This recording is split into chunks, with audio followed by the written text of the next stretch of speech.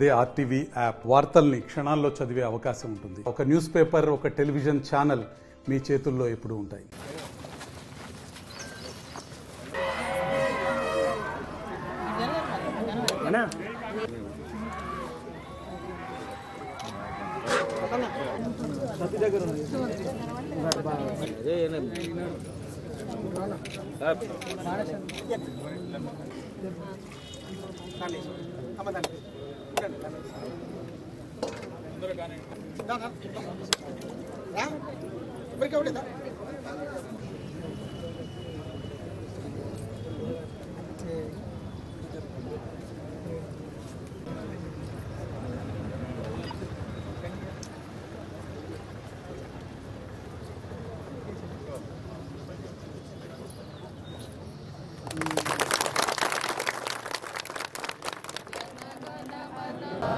पंजाब सिंध गुजरात मराठा द्राविड उत्कल बंगा विंध्य हिमाचल दाता जय हे जय हे जय हे जय जय जय जय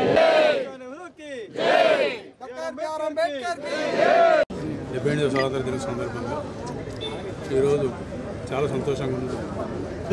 ఈ రాష్ట్రంలో ఏదైతే గడిచిన 10 సంవత్సరాల నుంచి నరకాసుర పాలన నడిచిందో దానికి చరమగీతం పాడి ఇందిరమ్మ రాజ్యాన్ని, ప్రజారాజ్యాన్ని ప్రజలు స్థాపించి ఈరోజు ప్రజలకు ఏవైతే అవసరాలు ఉన్నాయో అవసరాలు తీర్చే విధంగా కాంగ్రెస్ పార్టీ నాయకత్వంలోని రేవంత్ రెడ్డి గారి నాయకత్వంలోని కాంగ్రెస్ పార్టీ ముఖ్యమంత్రి మరియు ఉప ముఖ్యమంత్రి మిగతా సహచరులందరూ కలిపి ఎన్నికల ముందు ఏదైతే వాగ్దానాలు చేసినాం ఆ వాగ్దానాన్ని ఒకటి తర్వాత ఒకటి నెరవేరుస్తూ దాదాపు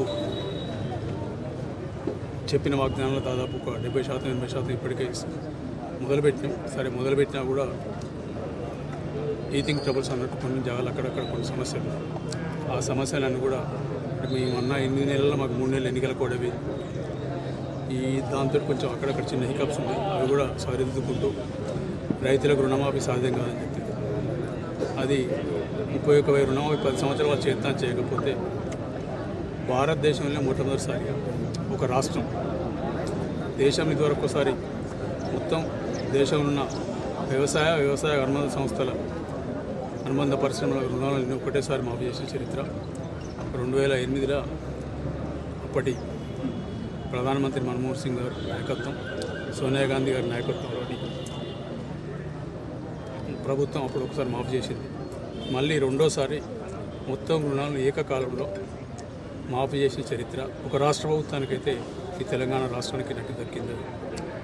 ఈరోజు లాస్ట్ విడత 2 లక్షల రూపాయల రుణమాఫీ కూడా ఈరోజు చేస్తుంది.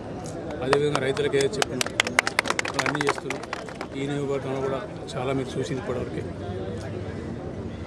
మంచినీళ్ళ సమస్య కానీ లేకపోతే సాగునీళ్ళ సమస్య కానీ ఈ దళారులందరూ రైతులను తాళ్ళ పేరు మీద తప్పు తోసుకుంటారు. దానికి కూడా చరమగీతం ఈ మంచినీళ్ళ నియోజకవర్గం నుంచి రాష్ట్రం మొదలుపెట్టిన తర్వాత రాష్ట్రం అంతా మొదలుపెట్టింది. సాగునీళ్ళు కూడా పోయిన సంవత్సరం ఉన్న డ్రాట్ని బట్టి రావని చెప్తే కొట్లాడి చివరకు లాస్ట్ ఆయకట్టు వరకు లాస్ట్ తడి కూడా ఇప్పించి 100% పంటల విధంగా ఏర్పాటు చేసినాం.